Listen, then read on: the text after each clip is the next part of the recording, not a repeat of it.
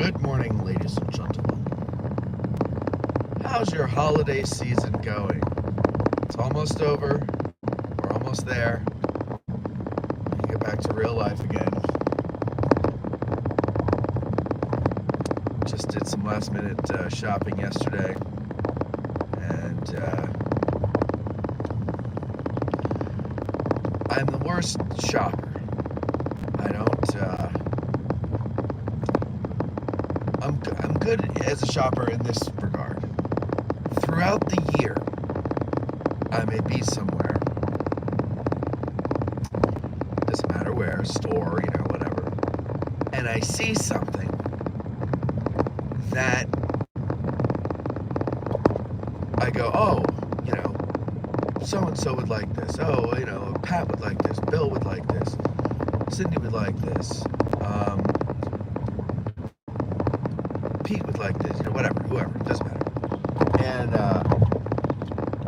I'll grab it, and next time I see that person, I'll be like, oh, I got something for you. And I'll give it to them. Why? Because it is true.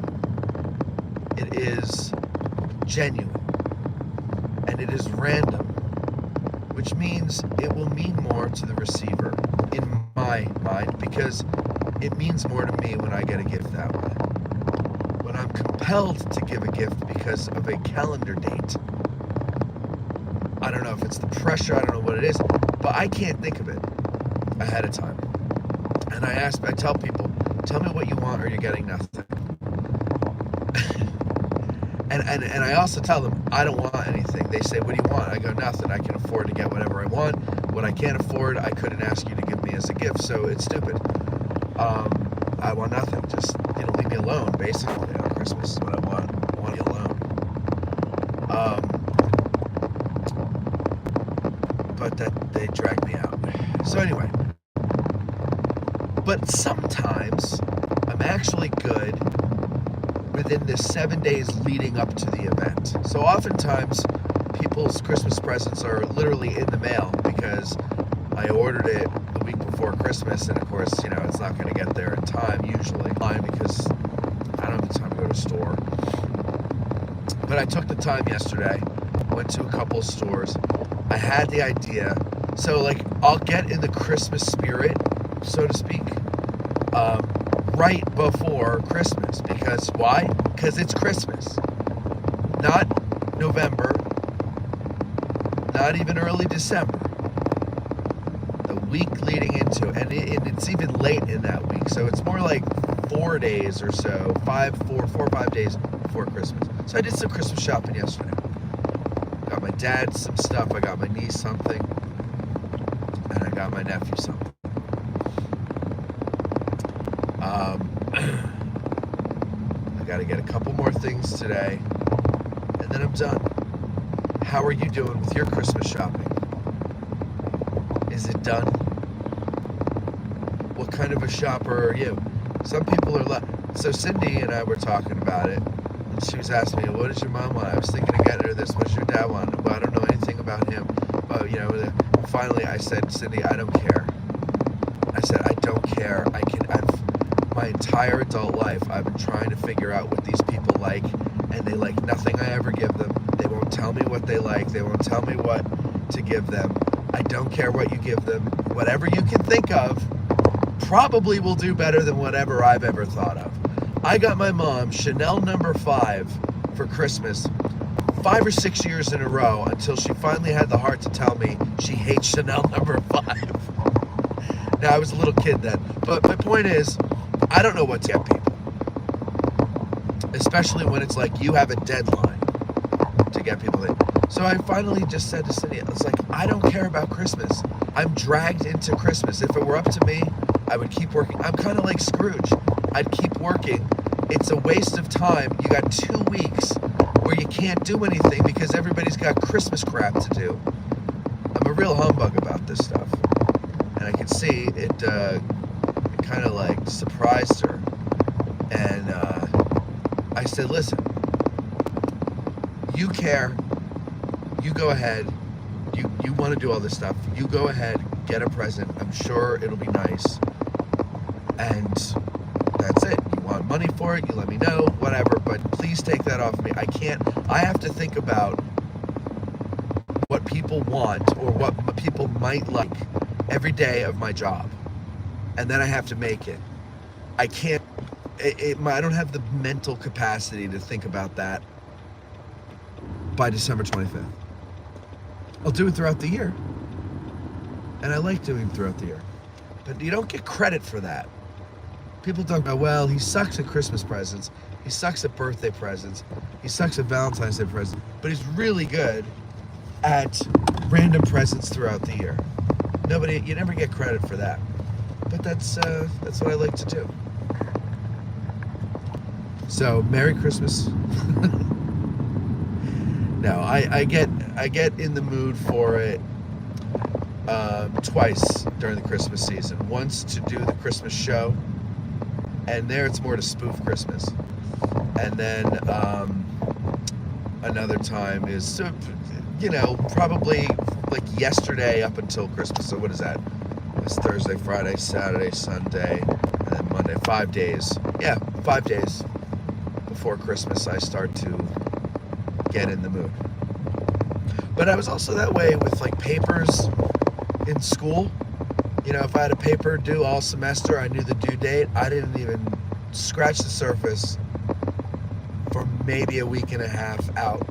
And then I'd pull it together and I'd get an A or a B. So I work best, I guess, under pressure. But I guess the whole season aggravates me because everybody's all, oh, Christmas, what are you going to do for Christmas? What do you want for Christmas? It's like, I don't know. I'm not thinking about that because it's not Christmas to me. All right, whatever. Lost some people there because I'm a humbug, so what? Good morning, Phil. Good morning, Barbara. Eric, good morning to you. Ty. Grant, isn't it like 3 in the morning? I don't know, or is it tomorrow? Oh, it's tomorrow by you, isn't it, Grant? Grant, tell us what we can expect tomorrow.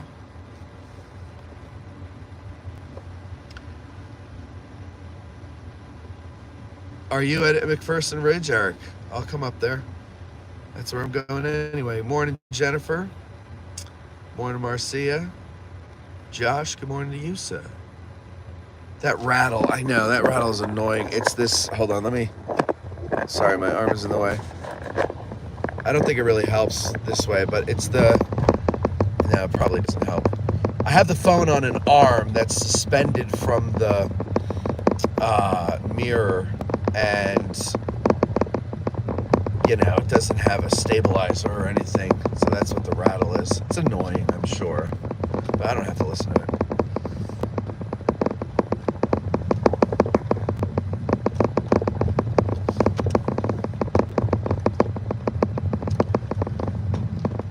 So we'll go out to, no, it didn't help, huh? Okay.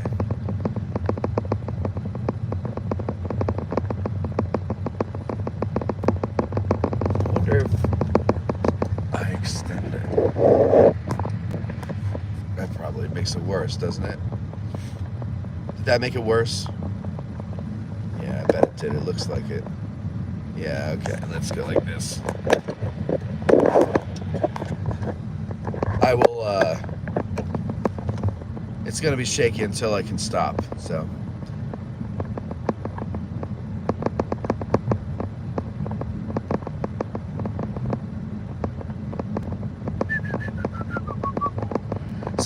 I didn't realize until I got this thing that it's using the microphone on the phone. I thought since I'm plugged into my stereo system that it's using the microphone built into the car. So I didn't realize that all along, because I had this for a while before somebody mentioned the noise, and all along you guys have had to sit through that annoying crackling shaking noise.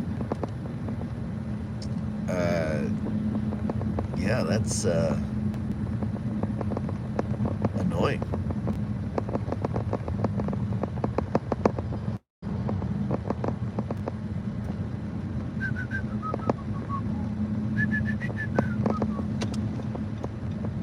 I'll pull over up here and then,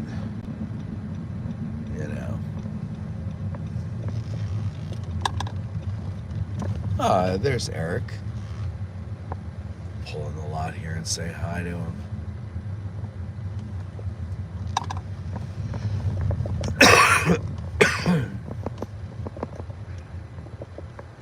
Here's Mr. Eric Houston, ladies and gentlemen. What are you doing? Good, how are you? Merry Christmas. Merry Christmas. What are you up to? Well, I came down to get my last Christmas present that I couldn't let my wife buy when we were here last week because we had already bought her some of it. So, and I needed something to do. Wait. I'm off. I have off today. Everybody else is working. Oh, okay. So, but you last Christmas present for your wife? Yes. Okay, gotcha. Something over at Gallery 30. She wanted. Oh, what? So, Elizabeth. Oh, don't say it because it's a live broadcast. You might. I'm pretty sure she's not watching. Okay, good. So Good. I'm pretty sure she won't watch you. Okay. No. She's one of those snowman boards. Oh, all right. So, Elizabeth bought her some here. So somebody actually buys those gourds. Yeah. Interesting. She liked one. I kept buying books over for the historian. Yeah.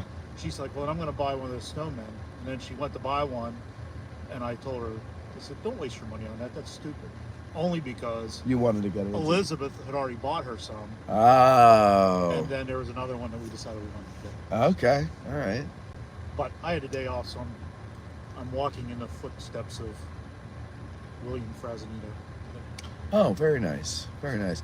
I just bought a photography book. I forget the photographer's name. It's some French name, but he did photographs of wounded soldiers and their wounds. And, so it's just a collection of these ghastly wounds. There's this one picture of this kid. He has hospital gangrene, I think they called it. So I guess he'd gotten it in the hospital on his foot. And his foot is like twice, well, actually like probably like 4 times the size it should be. And it's like, but it says it's pre-amputation. So like, Right. they're like getting him ready. But they're like, hey, you mind posing for this picture? so he's all posed and everything like a model. They have his head like all perfect and everything. I don't know, it's pretty interesting though. All right, well, I'm going to continue along then and go get some Enjoy your drive. breakfast. Yeah, I'll do my drive. Oh, let me adjust this. I didn't realize this thing was so rickety. It does. It used to make a little bit different sound, but now it just vibrates. Yeah. Like you could hear it it's probably creaking in that. In the thing here. Yeah, it's really I don't know who annoying. commented on it, but I saw they commented on it. I think Barbara was the first one who brought it to my attention months ago, and then I listened. Like a squeak sound. Yeah, because I got a new one. I had the same one here, but this eventually it's cheap Chinese plastic, so the thing that tightens it here started loosening up, and so that's why I got the new one. So the sound changed because it's a different thing. Yep. Anyway, you guys have yourselves a merry little Christmas. All right, you too. And Take care. I'll see you I'll see you in the new year. Yep. See you then. See you next year. See you next year. Have a good one. All right, ladies and gentlemen, that was the great Eric Houston.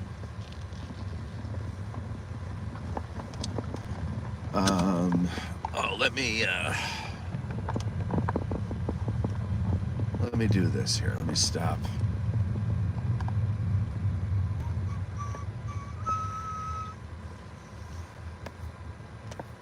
All right.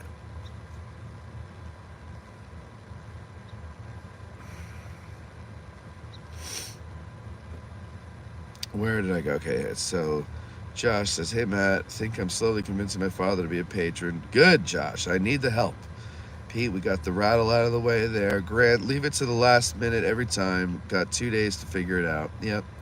I'll have it all done today, I think. I drove to Gettysburg today to get my last gift. Oh, okay, I could just start that there, Josh. Oh yeah, I guess I should start shopping. Start shopping, I like that.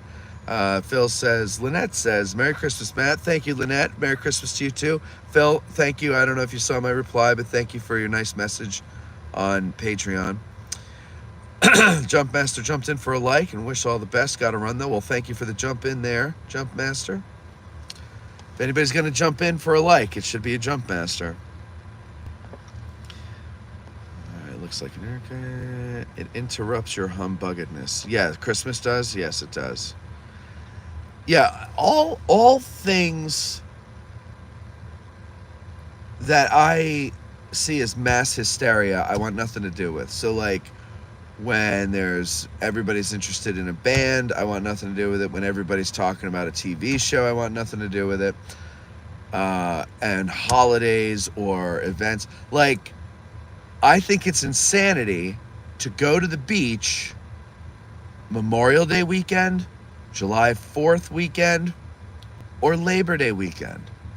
Yet year after year after year, my family and everybody I knew, no, not my family, we would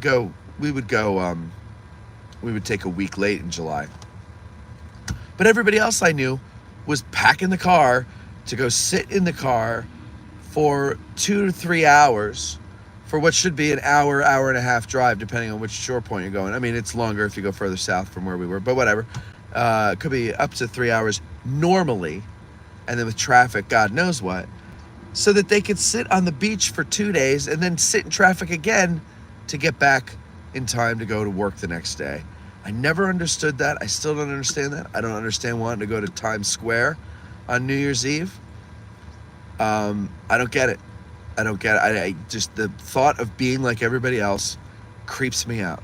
So, and I'm not like so unique, but like there's just certain things like I just don't want to be a part of the crowd. And Christmas with all the hoopla about, nah. But you know what? Nobody wants to hear that during Christmas time, so I'm gonna stop. I'll try not to be a humbug. People usually don't like my gifts either. I'm meeting a friend today to give him something. If he doesn't like it, I'm giving up. Yeah, like, I just think, get Christmas gifts for the kids, significant others. If you can think of something, get a gift for everybody else. But if you can't, there shouldn't be this pressure. You know what I mean? Grant observes that there are so many Erics in Gettysburg. It's so true. Erics, Matts, and there's another one I can't remember right now. Merry Christmas, Christine. Dogs and cats living together, mass hysteria. Dogs and cats living together, mass hysteria. Hey, good morning, Matt. Good morning, Jerry. How are you? Merry Christmas to you as well. Peter, I just got to my family's house and buy stuff online. Yes. What? I never understood all that either. It's meant too many people. Yeah. Thank you, Christine. Be a doodle bug, not a humbug. Oh, Ty. Oh, Ty. All right, let's be a doodle bug for Ty. So we're going into McPherson's Woods. It's so nice and lovely. I love to walk through it in the summertime. It is so nice and quiet. But to also think of like all that like history stuff that on there, like all the war and everything, and those brave soldiers. So there. I don't like being a doodle bug. I'd rather be a humbug.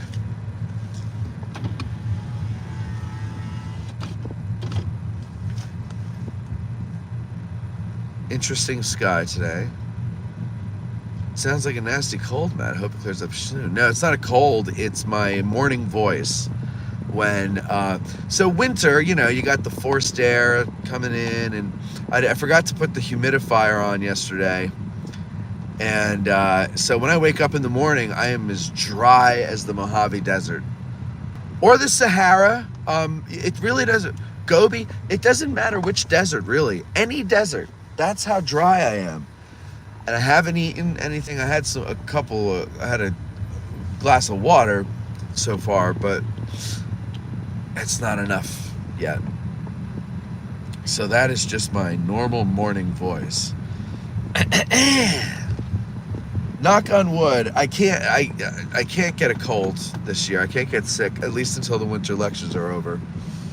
Because I have people to do backup, but yeah. Gotta do the lectures.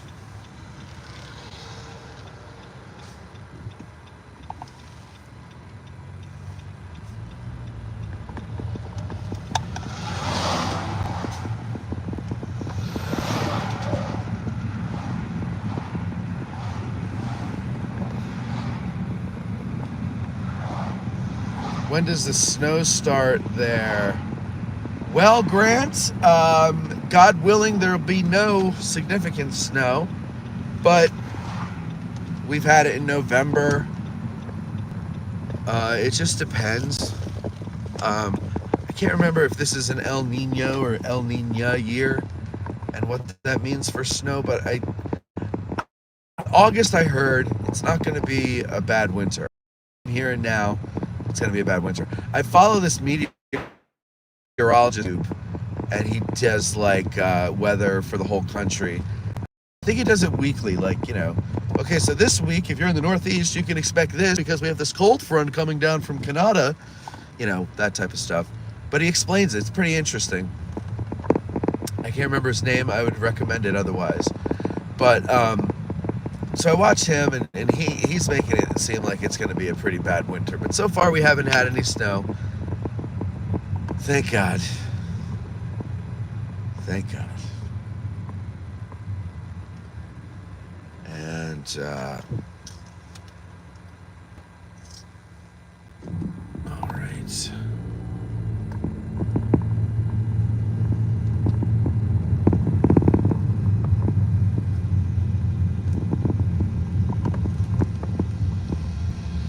Good morning, Dragoon.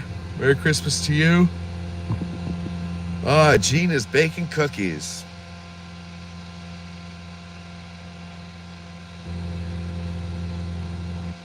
Jillian from Family Guy. Is that who that was supposed to be? Okay, I'll go with that. It's pretty much every male and female under the age of 30 today sounds like that to me.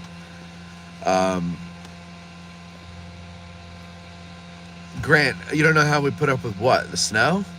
Do you not get snow in Australia? What about the man from Snowy Mountain? Wasn't that Australia?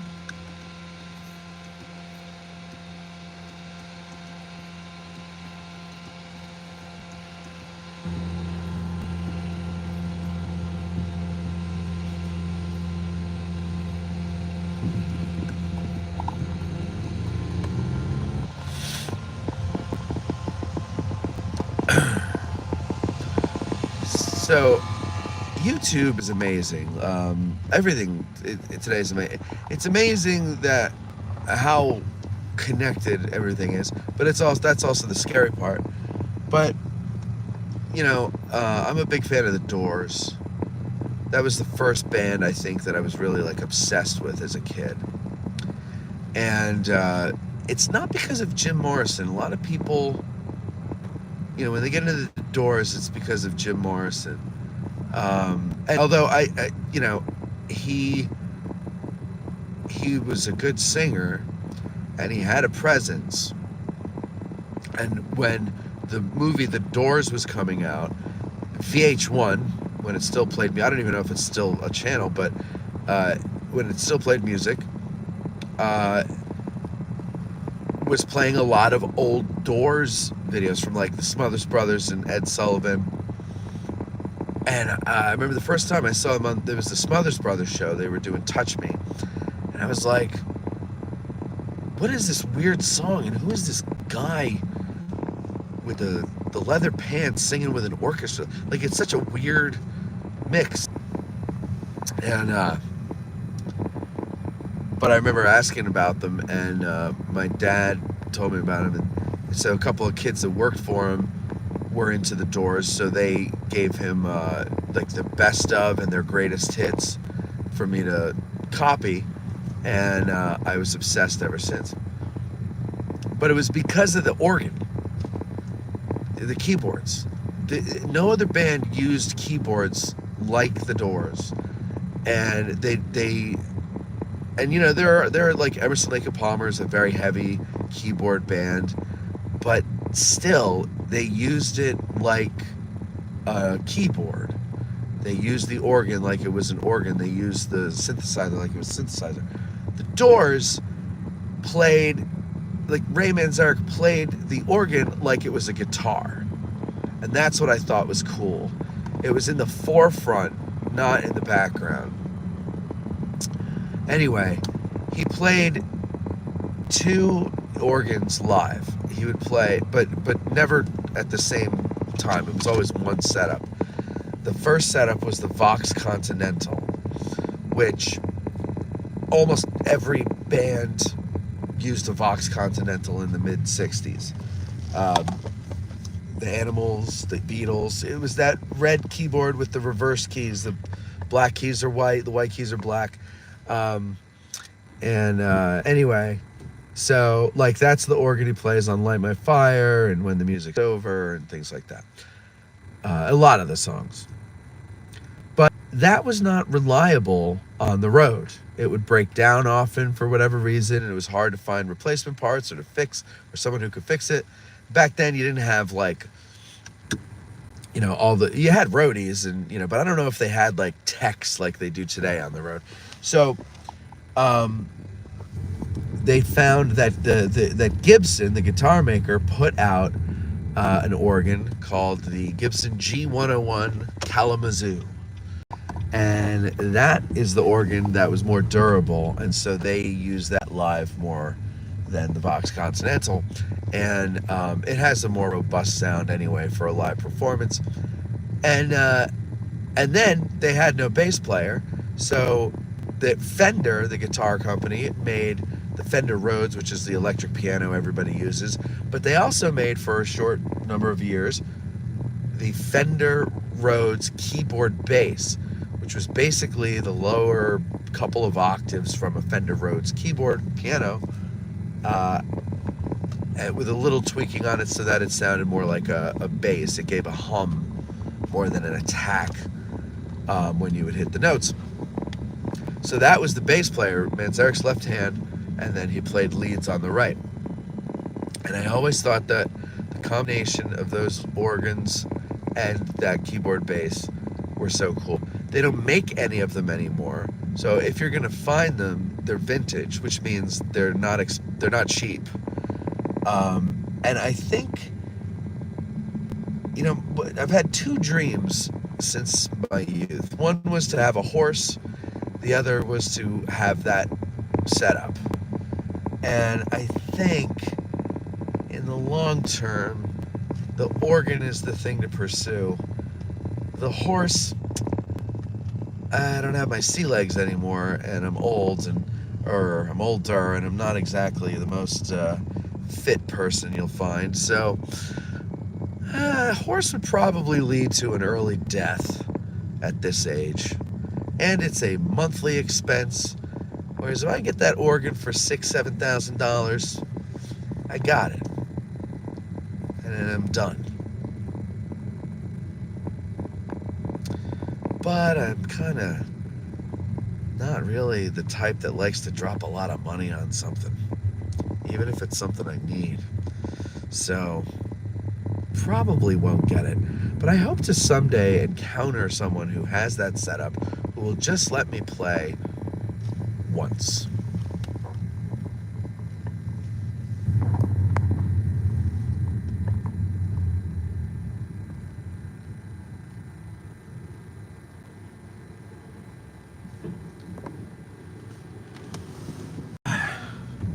Well, hey, Nene, that was kind of a joke.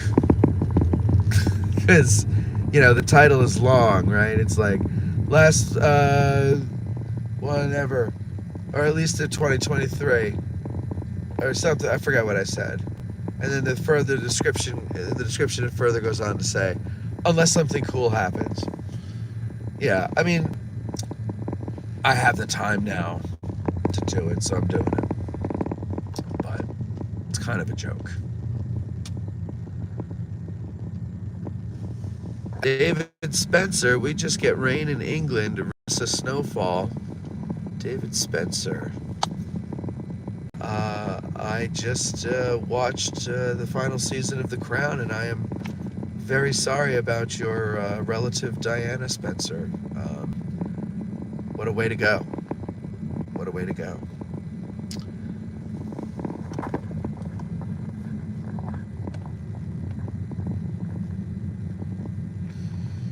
You do get snow in small parts of Australia, but where I am, the worst of winter is basically hoodie and shorts. Oh, man, really? I would love to live there. Or in a place like that here. Probably a place like that here. Texas, I'm told. Ty says, didn't Morrison get arrested for showing his organ? Yes, he did.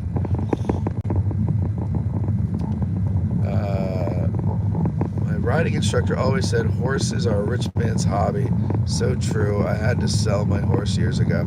Yeah, no, it's very obviously a rich man's hobby. Or someone who is willing to live like, not like a pauper, but, you know, live with the horse as their priority, and they just dump all their money into the horse. I've known some people like that. They really don't have 2 pennies to rub together, but everything is about the horse. Who here likes the show on Netflix? I think you should leave. It's very you know, Heinous and Nene, my friend Mike loves that show, and he's like, you gotta watch that show, it's so funny. And I watched it. There's a couple of times I had some good laughs, but it's kind of like, all right, every skit, I get it. It's got some kind of setup. It's got its premise. And then by the end, he's just screaming and yelling out random things. And, you know, I guess when you binge it, it's more noticeable. But I was watching it one after the other because they're short, you know. And every show has a formula. That's how it works, you know. But I never, there's very few people that I can think of who do the screaming and yelling like a madman thing well enough that I find it funny. Like, I think Lewis Black does it funny. Gene Wilder is very good at it.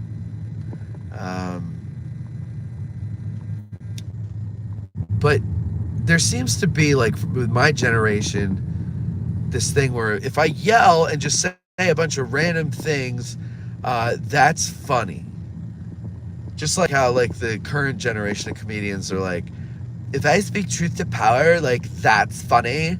Even though it's not funny, it's just funny that I'm doing it, but I'm only doing what's safe. And then everybody will just applaud and go, woo! And so, like, my generation is the first one that started ruining comedy. It started getting lazy. You know, like, and trees just all over the living room. But in short, I do actually find that show pretty funny. I like where the guy's going with it. Like, there's, I like the hot dog one with the business meeting, like the board, whatever the hell it was. Really some good moments in that show. I'm not knocking it. What do I know about anything, ladies and gentlemen? What do I know?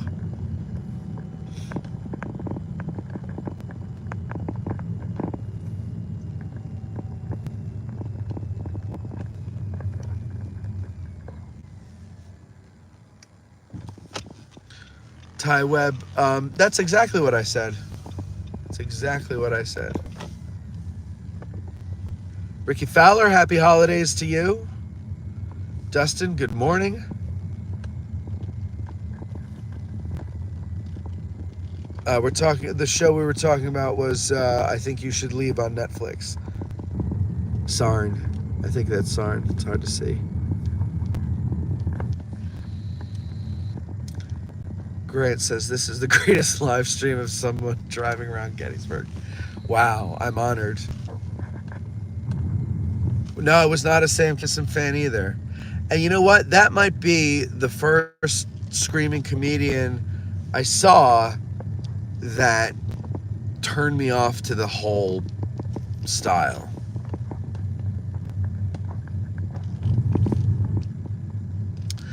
I think I like to be made to laugh by someone intelligent in an intelligent way. So, like, you know, trick me or, you know, just come up with something really clever. Like, that's the kind of humor I like to be entertained by. So, yeah, like, I think, like, if you have to resort to screaming, then you kind of had an idea, but you really don't know where to go with it. I don't know. I guess that's it.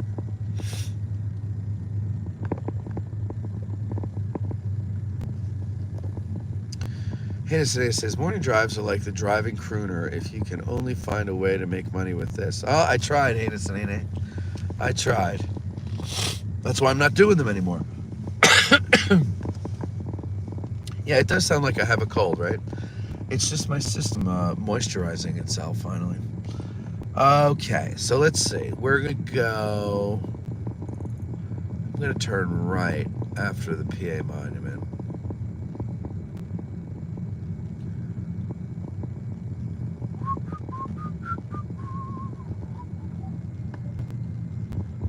That was a New Yorker parked at the New York Monument, as one would expect.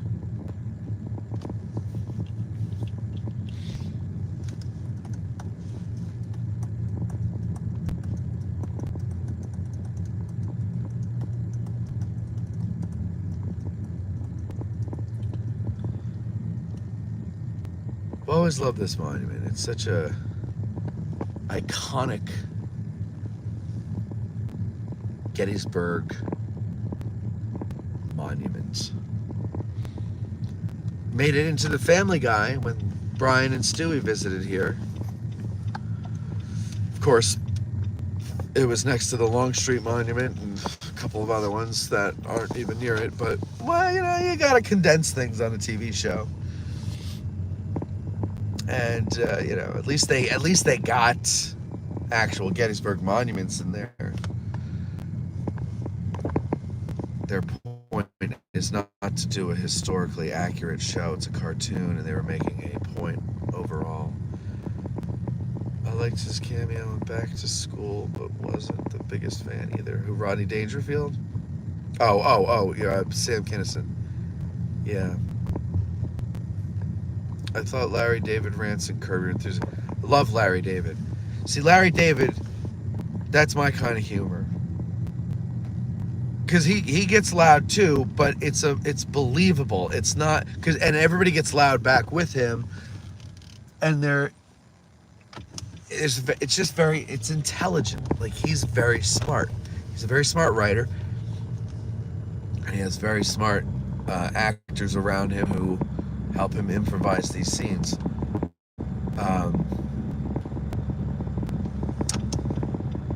And it's that obviously, again, all these shows are formulaic. You would go nuts if you tried to do a show where the formula is different in every episode. Like, there's a reason there's a formula. So, the formula is all the same. You know, it's going to end where it all comes back together and Larry looks, shocked or whatever, and then bump, bump, bump, and everybody goes, ha, ha, ha, Larry. But that's what we love about it. A lot of people don't like Larry, though. I call them anti-Semites. Let's see, who doesn't like Larry?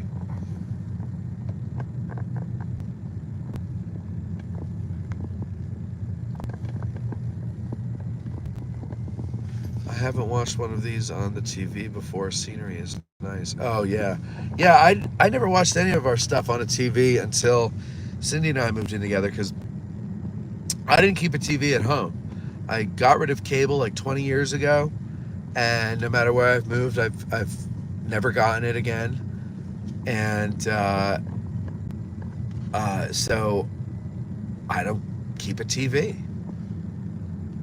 It's another thing that bothers me is people obsessed with these huge TVs. You gotta have the big TV. You gotta have my cable package. So blah blah blah blah. Anyway, where was I going? Oh yeah, so Cindy and I moved in together. She had a TV, so we set it up. It's one of them, their smart TVs.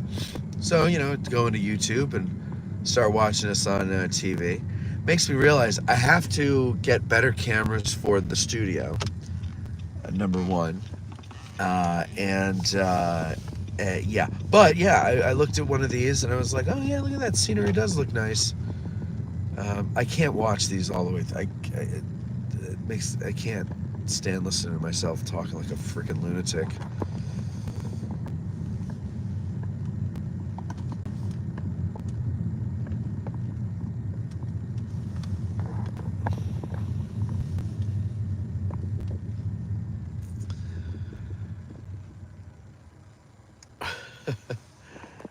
I'll never forget the day I found the hidden stairway to the top of the PA monument. My mind was a kid. My heartbeat, however, remained the same age.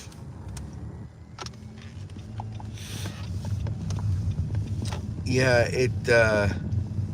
it's cool because think of all. I mean, how many millions of people have gone up that staircase? Had to be, right?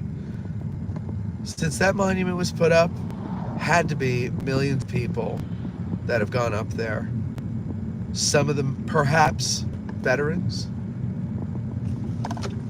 Many of them perhaps mostly not.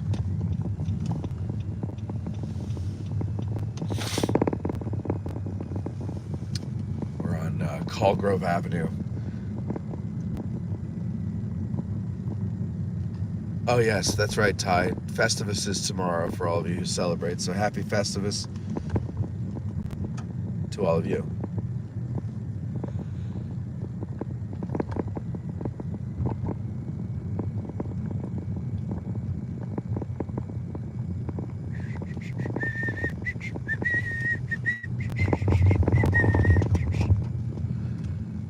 So I did a screen test at the park with Chris Gwynn the other day to see how we want to shoot the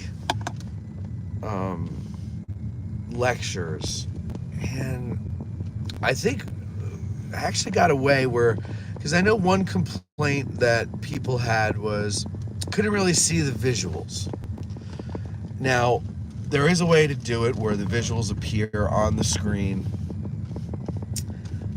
I am not set up for that this year. My goal is to get set up for that for next year, but a lot of things have to happen for that to take place. The YouTube views have to generate enough revenue to finance that, and also, of course, more patrons so that I can finance that stuff. Also, a second camera would probably be something that would need to happen. I know for 2 of the lectures this year, they're actually doing If These Things Could Talk twice. I feel like they have done that before sometimes. I don't know if they always do it twice. But anyway, that one is very visual because it's artifacts. So I've enlisted the help of my friend Mark. Well, I'm attempting to enlist the help of my friend Mark. I have to give him the dates that those are, and he'll get back to me.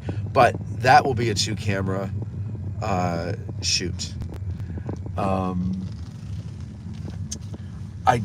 don't want to do 2 cameras now because that would require many more hours of work because I'd have to splice them together.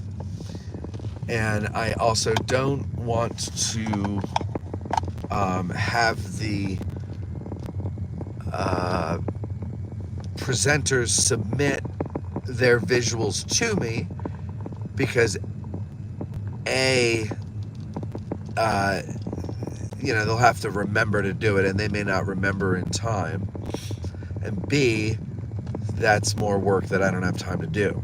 So we're doing it very simply.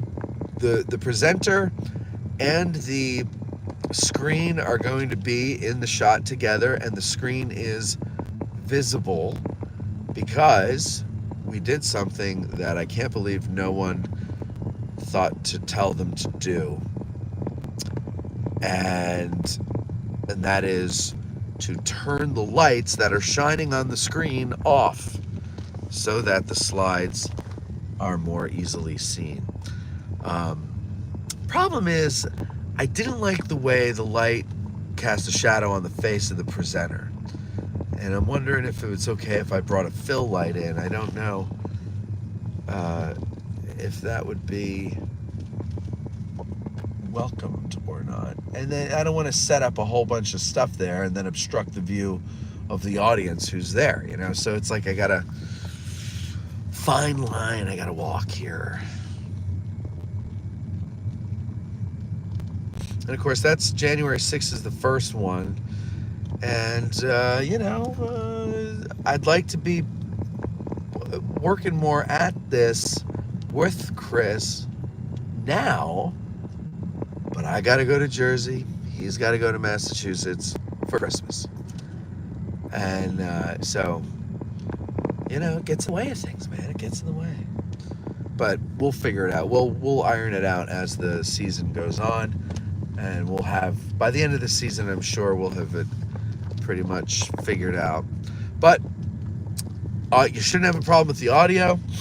I have a microphone that's going to be on the presenter that's going to go straight in to the camera.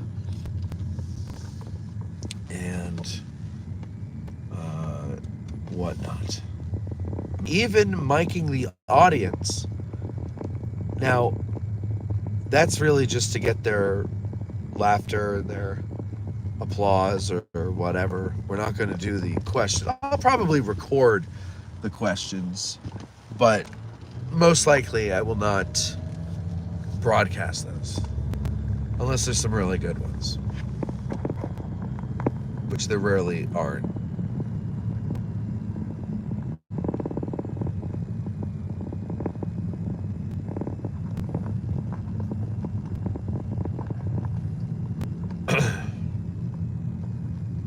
Merry Christmas to you, Harold.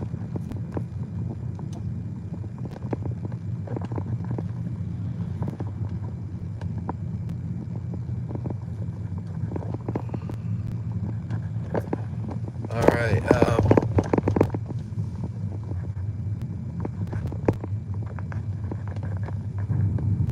What is this on here? Sorry. I'm trying to watch the road. Are you going tripod or handheld? No, tripod for sure. Handheld for that would be. I tend to doze off during the lectures. I'm going to be honest. It has nothing to do with the quality of the lecturer. I just find that room to be very comfortable. I get sitting in the chair. It's a well acoustically treated room. So, like, it's kind of quiet and warm sounding. And then when you hear someone talking in a lecture type fashion, that lulls me to sleep. So, it would not be good if it was handheld. It would not be good.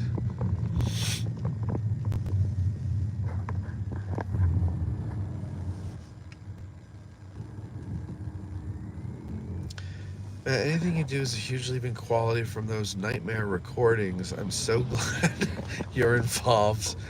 They were seriously bad. Yeah, well, let's thank you for that vote of confidence there, but let's see if I actually can pull it off better. I try.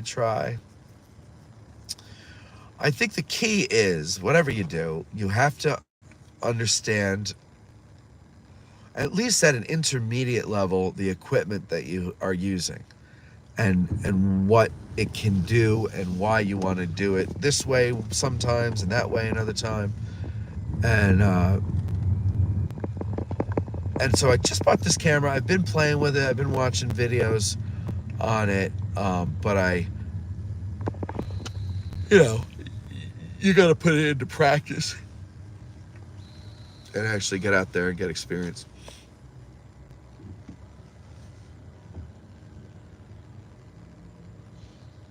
I love a dog face who knows how to spend his girlfriend's money properly. Good show. What does that mean? What's a dog face? Oh, wait. Probably getting ahead here. Okay, dog face. There he is. Dog face. The girlfriend got a 4% raise at work, so 2 trips to Gettysburg. That's pretty. So is that what that means? You get a 4% raise she gets a 4% raise at work and you get to go to Gettysburg? That's pretty sweet. Better slow down there, dump truck. All right, let's catch up here.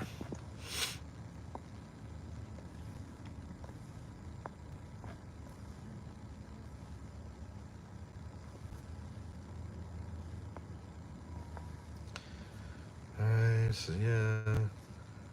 Haven't met anything in Duke. You got that a beer truck. Park used to have audience questions on the YouTube, and then they stopped doing it for the later elections. Yeah, I think it's, I don't know why, actually. I didn't get an answer on that, but I also didn't ask. But I think the reason is because I've been to these lectures. I've been to basically every single one of them, and let's say 4 people raise their hands and ask a question. 3 of those people, one is going to have a lame question like, you know, what's it like to be a park ranger? Another one is going to have a clarifying question. Another one is going to have a question that's, you know, okay, that's a good one. That's not bad. That's a good question. And then the 4th one is going to have a question that has a 45-minute soliloquy in front of it. That is the only intention or purpose of that soliloquy is to show off how much this person knows about the subject. And then the question always falls short of such a huge lead up. So they're really not worth sharing for the most part, which is why, if you're a patron, you know this already. I put a post up the other day explaining that I want to use our patrons' questions because our patrons are actually pretty smart people and they know how to come up with good questions. So the information is there for you guys. That's for paying patrons. Sorry for the freeloaders. It's not there for you. So yeah, you just submit a question on the topics. Now you might be saying, well, how can I submit a question without having heard the lecture? You guys are learned enough. You know at least enough about most, if not all, of these topics that you can formulate a question. And I'll pick 1 or 2 or 3 that are any good. And maybe I'll mix 1 or 2 of mine in there if I don't have a lot for a certain subject. And I'm going to ask the presenter a question and have them answer it directly into camera at the end of the lecture when everybody's, you know, getting up and leaving. And I think that way the questions can be a little more focused, they could be a little more thoughtful, and a little more beneficial to the viewing audience at home. Oh, look at that. We got a what's that? Dustin Wise. Merry Christmas to you and Cindy. Thank you very much for the super like there, Dustin. Merry Christmas to you as well. All right, let's see. How's the view from Benner's this time of year? Great. It's actually, this is the time of year to go to Benner's Hill, Ricky, because you can see everything. The leaves are not in your way. So you can see through the trees. You can see where everything is in relation to Benner's Hill. Benner's Hill is ridiculously close to Cemetery and Culp's Hill. I would not want to have been in Latimer's battalion. Good morning, Matt. We finally found a house outside of Gettysburg in Hanover. Very good, Garrix. Congratulations. Was that the food truck? Great breakfast. What food truck? I don't know. I missed it. Yeah, Chanel, Sugar Mama. Good for you. Good for you. Have you met the new superintendent yet? No, I have not, Barbara. I hear she's a little more quiet, so she probably won't be out in public. But I will, instead of the super coming on, Jason Martz is going to come on to talk about things like Sims did. And also, it's not definite yet, but I told Chris Quinn that, and also Jason, that now that I've got this camera, I want to make the most out of it. And I said, listen, if you've got other events that you want covered, just let me know. I'll come out and do it. And I said, but one I definitely want to do is I want to be there opening day at Little Round Top. And I want to just be out there with the camera and interview people all day. We'll do live streams and stuff like that. So whenever opening day is, we don't know when that's going to be, but we're hoping, well, apparently the contract ends in May. Whether that means the work ends is a different story. But that's when the contract ends. So May to July, so somewhere around there is my guess, but it's a guess. I don't know. It's not. I guess it is. I guess you could call it an educated guess because I know the contract's up in May. But I don't know. So yeah. So that will be fun. Eric Houston, if you're watching, yes, come to Gettysburg Baking. I'll call you. Actually, when I get off here. But anyway, I'm going to hit the road, ladies and gentlemen. This is it, at least for this week. Maybe I'll do one next week. Who knows? I got a bunch of stuff to do next week too. Have they revealed what? Who is this, Michael? Have they revealed? That's not a word, Michael. Revealed speakers and topics yet? Yes, sir. You got to go to their website. Grant, what are you looking forward to doing most at Little Round Top when it opens? Watching the sunset. That's my favorite thing to do up there. Love watching the sunset. I don't know why I never was really, no, not never, but I am no longer swept up with the romance of Joshua Chamberlain single-handedly saving the day, because I learned more about the fighting outside, or not outside, but beyond just the 20th Maine, and I realized they were just a cog in the machine, and everybody fought hard up there. And but for some reason it's just kind of lost its luster for me as a fighting place. But I do love the view from up there. It's just a gorgeous view, and at sunset it's the best thing you could ever see. I hope to be in town July 2nd, World War II, or July World War II weekend. Merry Christmas, everyone. Merry Christmas to you, Ty. Hannah Sedanis, love you. Thank you. Christmas, all joy. Oh, right, because I said I'm done. Okay. Oh, we still love Jeff Daniels' portrayal. Yeah, yes. All right, I gotta go. You guys have yourselves a merry little Christmas. And I don't know if Hanukkah's over yet, but I always forget to do this, and I regret it because I have Jewish friends, and I never know when Hanukkah is. Actually, I wish Joe from Peach Orchard Publishing, the night of the party, Christmas party, is the 9th. I said, Happy Hanukkah. And he said, is it Hanukkah? And I said, I don't know. Shouldn't you know this? And he's like, no, I don't do any of that. And I'm like, how lucky that you don't have to do that. But so it's 8 days, right? Hanukkah's 8 days. So that would be over by now. So, okay. Sorry, I missed it. But I hope you had a happy Hanukkah, ladies and gentlemen. And that's it. Hello, everybody that just came in. And now I have to say goodbye, everybody. Merry Christmas. Happy New Year. I'll probably pop in once or twice next week. But that's it. You guys, sayonara.